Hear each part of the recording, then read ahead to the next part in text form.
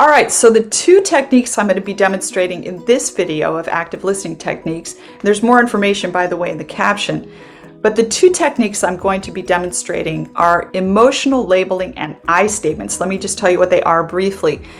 Emotional labeling or affect labeling is the ability to name our emotions. It's a very powerful tool. Affect labeling has been found effective in emotional regulation of all kinds. What I'm going to be doing is helping the client name their emotions by kind of naming them myself or suggesting the emotions that I think that they may be feeling and then letting them say yes or no to that. So that can be very helpful to just identify what those emotions are. And then the second technique I'm going to be showing you is I statements, where I express my emotions in response to the situation that the client and the feelings that the client is talking about. So let's get started here. I'm the therapist. My daughter Kimmy is going to be my pretend client. And let's talk about my pretend client, Kimmy. Let's talk about you just graduated from getting a license, or basically a certification and then a license in aesthetics, to where you are qualified now to give facials in a spa context, a professional context. Is that right? Mm-hmm. I graduated back in June. And how long were you in school? 6 or 7 months. Okay, so it was not a short little brief training. It was a substantial training, right? Mm-hmm. And you put some effort into it and really tried hard? Yep. Yeah, okay. So then what happened once you got out on the job market and tried to find a job that would cover your bills? Well, first it was a little bit difficult to pass the state exam, so that was one hurdle to get through. Speak loud. It was, difficult to pass the state exam to get my license. Then once I got my license, I thought finding a job would be very easy. But right now the aesthetics market is saturated. And so it was a little bit more difficult than I thought it would be. I was sending out my resume everywhere, even going in person. And most places they were looking for people with 1 to 2 years experience. Wow. What was it like to hear people say, hey, we need someone with experience, when you know very well that everybody has to start somewhere? What was that like? Yeah, it was discouraging. You get so far and you think that you've broken through to the other side. You're really excited. But then, they can't prepare you for the real world fully in school. And so I was a little bit let down by the fact that, everyone wanted experience. It just felt very discouraging. Yeah, that feels like I would call that disappointment, and a little bit of letdown, and a little bit of like deflated, because you're kind of hyped up and excited that you've gotten through this course of study and you've got your certification, then you've got your license, which was hard enough. Then you thought you'd broken through, like you said, and then I can see where you then feel pretty deflated, right? Okay. Yeah. All right. So keep talking. Then what happened? Yeah, so it took me a couple months, a lot of effort. I kept tweaking my resume. Maybe it's the resume. I kept, redirecting the areas in which I was looking for jobs. So, hey, maybe I can't find one in the city. I'll go outside the city. Well, finally, I went in person to a spa and finally had to take on a position that I really didn't go to school for. Which was what? Front desk. Basically, I was hired on the spot, and I was told, the boss said, I don't have any aesthetics position, esthetician positions open right now, but if you give me 1 to 2 months on the front desk, I can get a position open for you. So was that disappointing that you didn't just slide right into the esthetician role? Yeah, It was, but at that point I was so desperate that I thought to myself, well, this might be the only way. And then I reached out to my teacher from school, and she said that's a really great way to get in if you're having a tough time finding a position. You want to get in where you can and then work your way up. So I want to point out a couple things. One is that this is very disappointing and you're having a real prolonged struggle here. But I want to point out that there's a couple things working for you. And interestingly enough, one of them is desperation. Like you actually have to feed yourself and you have to pay your bills. So you can't give up.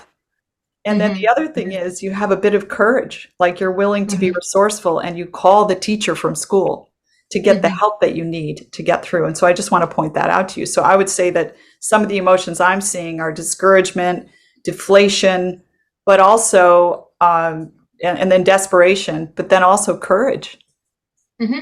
you know? Okay. Resourcefulness. Yeah, I see that too. So tell me more about what it was like once you got into the role of front desk, and were you making enough money then to survive, or what was going on? No, at the time, my rent was a little higher. I really wasn't making enough money to survive. We have these little things called credit cards, and I was able to survive. Obviously, I was making enough money to kind of cover my rent pretty much, and Wow. then the credit Yeah. card was helping with the, food and gas.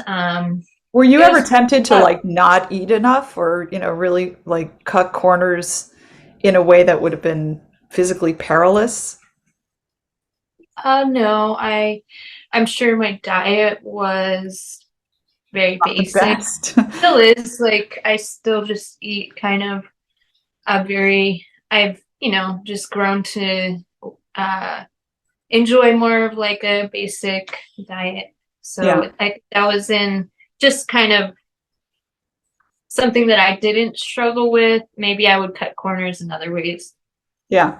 But as you're telling me this, I'm feeling like frustrated for you because I see you going through, making real efforts to better yourself and to get yourself better positioned to be secure financially. And then there's this additional hurdle where the world we live in, you can't just work a job and pay and make enough money because of inflation and the economy being what it is. You can't make enough money even just, and I've been at your apartment and it's not fancy, and I've seen the food you eat, and it's not, you're not a materialistic person, you're not wasting money anywhere. And Mhm. I'm frustrated when I see someone trying and still Mhm. not able to make it. It's Yeah. frustrating. But so how did you Mhm. get through? I just had to be really patient. I got through some of the front desk training, got really confident, started doing really well with that. And I actually Mhm. did enjoy it. It's kind of like busy work and kind of like, a little bit of adrenaline when it gets busy. So it was Yeah. kind of fun, kind of just figure out a system. But then, yeah, like I obviously was ready to go into what I went to school for, and um, I tried actually interviewing at another location because I work at a franchise and didn't get the job there. And then the trainer at my location didn't even want to train me. So it was like another hurdle where I was being met with just another wave of discouragement. It just astounds me how many challenges you, because historically, from what I know of you, when you would have setbacks like that, you would start beating yourself up and say, in so many words, I'm worthless and I might as well give Mhm. up. But here you keep meeting these challenges. I'm just kind of shocked at the number of things that you encountered one after another. So I know that now at this point you are actually doing facials, right? Mhm. And Yeah. training and doing well and climbing Yeah, that I'm done. ladder. I'm actually done with my training, and I'm doing real well. And I have proven, and I don't necessarily hold it against anyone who wasn't ready to take me on. Training somebody is a big it's Yeah. a big job, and if somebody sees you and they might not see that potential yet, then I'm sure it's like, well, we don't want to invest. So I can look at that and see like, hey, I was probably being a little shy. I mean, this is a scary new thing I'm trying to break into. And so it was really something that was between me and myself, that, hey, I'm not trying to like spitefully prove it to anyone. I just know that I can do this. This is what I'm meant to do. And so I just kept grinding and kept working hard. I got really good at the front desk position, got a few promotions there to kind of like I'm not a manager, but I'm like in a leadership management there. And then I think that helped boost me to so that people saw like, all right, she's got something. And then that broke me into, finally they took me on and they were ready to train me.